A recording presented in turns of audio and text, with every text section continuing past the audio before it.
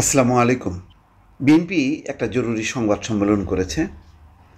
এটা খুবই অবাক করার মতন বিষয় যে তারা যে বিষয় নিয়ে সংবাদ সম্মেলন করেছে এই বিষয়টা কিন্তু সাধারণ মানুষ জানে না, গণমাধ্যম কর্মীরাও জানে কি না জানি না, কারণ পত্রিকায় এ নিয়ে কোনো লেখালেখি দেখি নাই। কিন্তু বিএনপি যেহেতু একটা দায়িত্বশীল রাজনৈতিক দল, তারা অনেক খবর রাখে, সেই কারণে তারা জরুরিভাবে একটা সংবাদ সম্মেলন করে তাদের উদ্বেগ উৎকণ্ঠা প্রকাশ করেছে।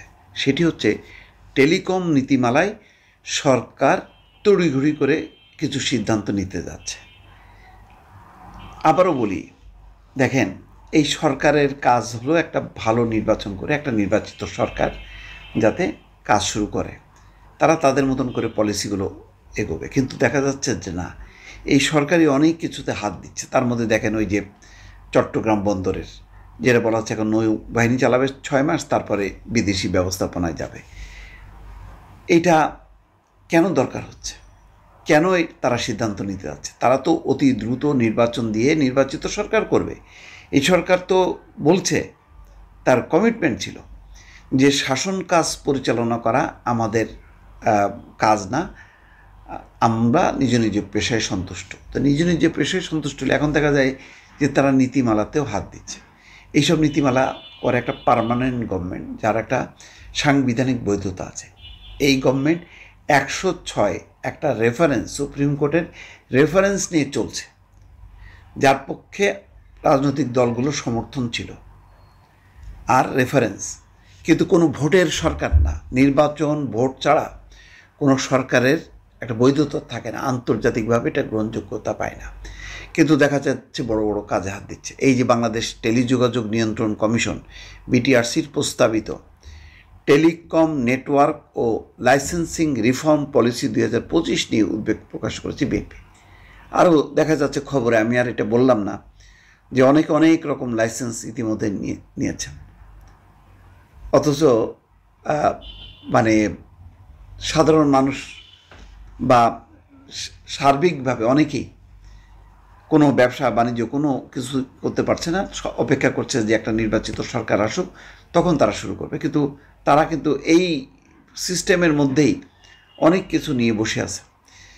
এখানে এটা কার স্বার্থে? বাংলাদেশ টেলিযোগাযোগ নিয়ন্ত্রণ কমিশন প্রস্তাবিত টেলিকম নেটওয়ার্ক এবং লাইসেন্স রিফর্ম পলিসি 2025 কার স্বার্থে?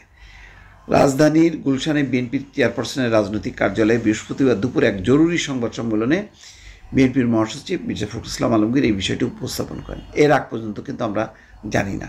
নিশ্চয়ই তারা দেখছে যে সরকার জরুরিভাবে তলে তলে কিছু করছে, সেই কারণে তারা তাড়াতাড়ি এই বিষয়ে তাদের অবস্থানটা তুলে ধরছে।